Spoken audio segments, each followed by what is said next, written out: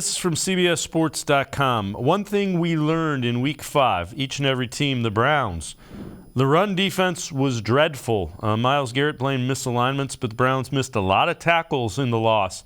Cleveland missed 8 tackles on run plays and didn't have a single run stop, which resulted in Los Angeles averaging 7 yards a carry. So 7 yards a carry, that's almost unheard of in the NFL. And Tim, when you look at that, tick-tock, that's got to change in a hurry because you've got a completely opposite style of offense in the Patriots coming in. They don't care about throwing the ball. If you can't stop the run, they'll run it down your throat for 60 minutes. Exactly. I mean, that's why I look at this as a bad matchup. And like you said, the urgency's got to be there. They got to get it fixed. In my mind, they got to get it fixed yesterday because quite honestly, the way they looked on Sunday was, like I said before, was alarming. And the thought I had was that watching the entire game, it looked like Greg Newsome was the most physical player on the football field. A cornerback should never be the most physical player on the football field.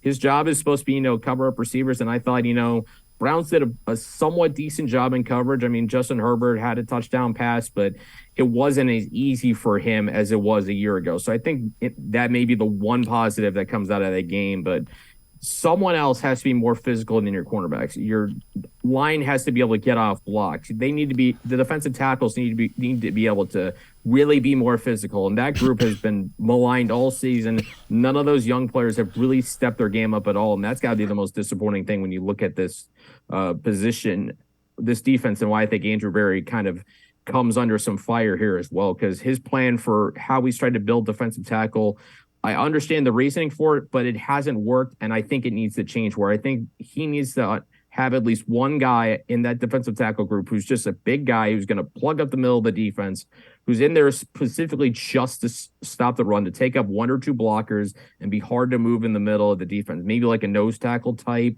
to free everything else up, because right now it's not working. And quite honestly, like I said before, there's effort questions, there's toughness questions, I think maybe about this defense. And this is one of the last teams you want to go up against when you're having these run defense issues.